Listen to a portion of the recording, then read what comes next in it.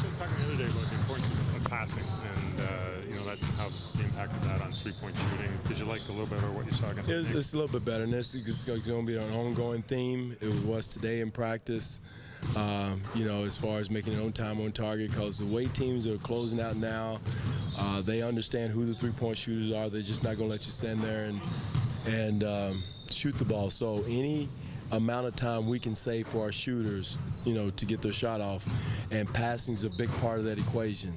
And so that's why we're harping on it so much. And we slipped about, it was a 4 or 5 game stretch there that we got sloppy with it and got relaxed with our passing. So it's going to be an ongoing theme.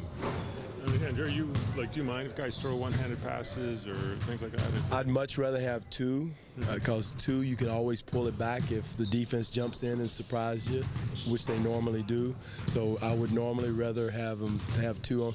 But again, there's sometimes guys that are good passers are so good off the bounce in one hand, that's cool. But you better make it.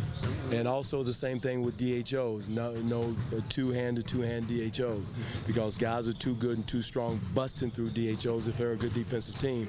Now against bad defensive team, you can, you know, kind of bounce it out there and let them get it. So, you know, two hands to two hands in physical against good defensive team is the safest way to go. Where would you rate Pascal right now in terms of passing, the dribble, and some of those kind of finer points? He's probably about a 7. He's about a 6 or 7. You know, he's got to understand, give himself another speed to get to. You know, I think he's going at 1 speed, which is full speed, and it's hard for him to be under control and slow down and make an on-target pass. Just slow down a little bit more, which I'd much rather for him to slow down. But I love his speed that he's playing with, but that's one situation where he's got to slow down just a little bit where he can make a pass. Well, you've talked about human nature in terms of playing the record sometimes is let down. Are you more happy with what your team's doing when you see a team that might not be having the greatest season, but they're still getting up? You know, like a lot of things this year, we've matured and gotten better at playing games like that. There was a lot of these games last year we'd have kicked off, and you're not going to win 82. But there's a maturity factor, professionalism, the way you approach your job. And our guys have gotten much better than I told him that today.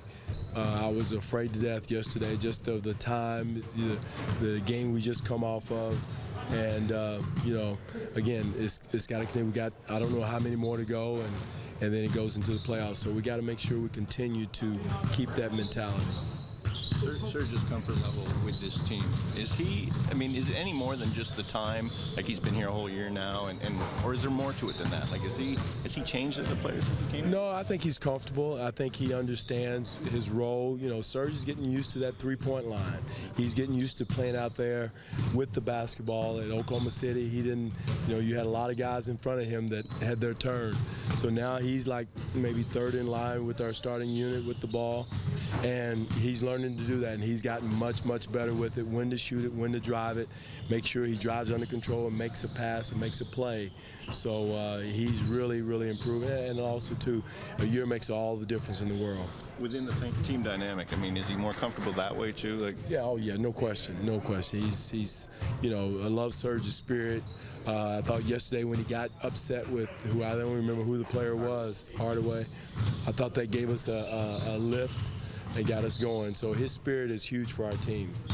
With Kyle, was there a turning point this season when you were like, okay, his minutes are down, his touches are down, but he's really comfortable now, he's really getting it? I don't know if you can measure that. I think that's something that just kind of flows and happens. I don't know if he's a one game.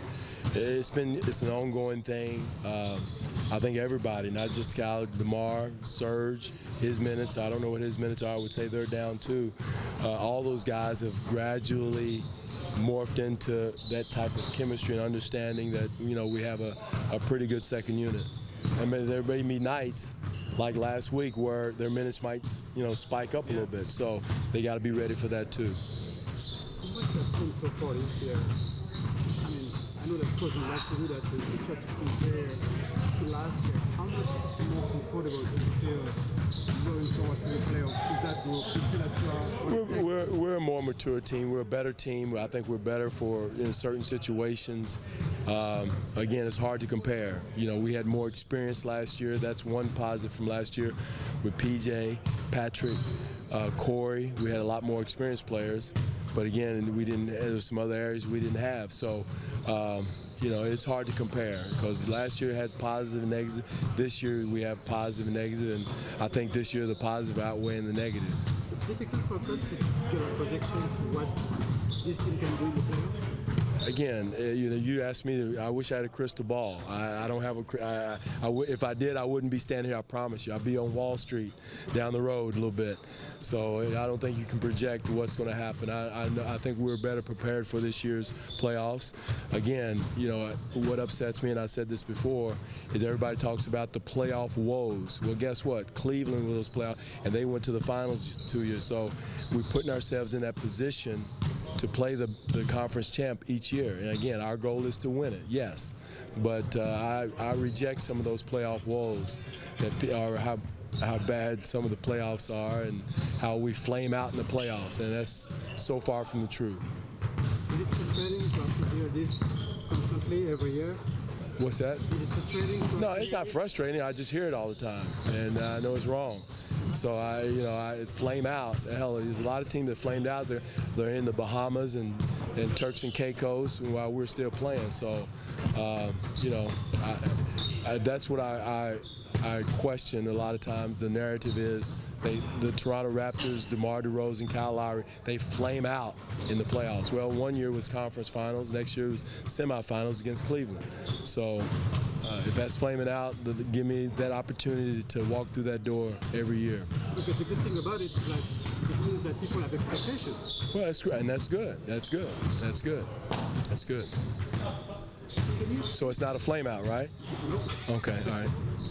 Can you compare how much Pascal Siakam has been able to contribute this year? What kind of progress he has done? Pascal's grown a lot. He worked hard last summer. He did a great job working on his ball handling. The last thing to come around is his three-point shooting, which is going to come. I have all the faith in the world it's going to come, and he's got the green light to continue to shoot him, understand time, score, situation. He's a smart player, but one thing he has probably the best on our team is his motor. His motor, he wakes up out of bed in one gear, and that kind of jump starts it, and that's a very important part of our team. How important has been the bench for you guys this year? It's been great. It's been good. It's been the savior for us on nights that you know, sometimes the starting unit doesn't have it all, the energy level's down, and they've produced. That's the key thing. We're not just putting them out there to get experience. They're going out there to produce to help us win.